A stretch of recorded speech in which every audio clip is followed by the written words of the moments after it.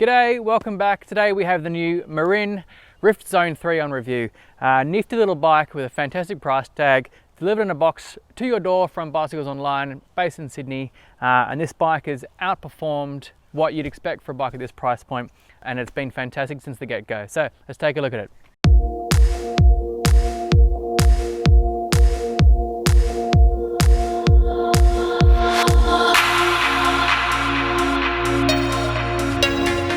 There's 120 mils of travel at the back, 130 at the front. It's based around 29-inch wheels, and it has all those key ingredients that we look for in a good trail bike, like single ring drivetrain, proper post, and decent width rims.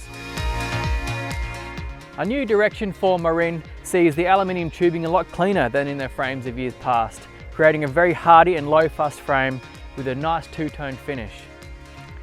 It's quite a long and low feeling bike to ride, which gives it tremendous speed and cornering ability.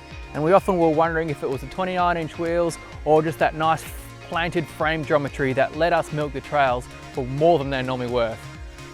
With many modern trail bikes growing in travel and geometry, it's nice to see the Rift Zone keeping quite sensible with its numbers. The chainstay length is a sensible 435 mils, head angle is a moderate 67.5 degrees. While these aren't the only numbers that matter, they all convert to a bike that climbs and descends well with equal ability and turns through single track easily and very predictably.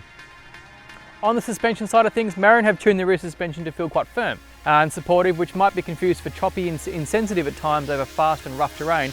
But on the flip side, this bike pedals really very well. We were very rarely touching the lockout lever on the rear shock to firm it up. It's actually a very supportive bike to ride. And up front, the RockShox Revelation feels equally as stout, really promoting a super aggressive low body position when you're riding it and leaning over the front end and corners and up the pinch climbs out of the saddle. For a 3 grand bike, we think the 14 kilogram weight is fairly acceptable, considering that every single component of this bike is ready for a hard thrashing.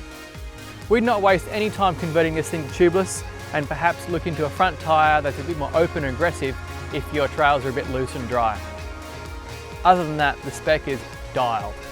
With its direct-to-consumer sales model, the Marin is obviously going to be good value, and it is, but it's the way that the frame geometry and the rear suspension feels absolutely spot on, and with a very well thought out bunch of numbers resulting in a sensible, efficient and fun trail bike that doesn't hold back when you want to let the brakes off. Really good.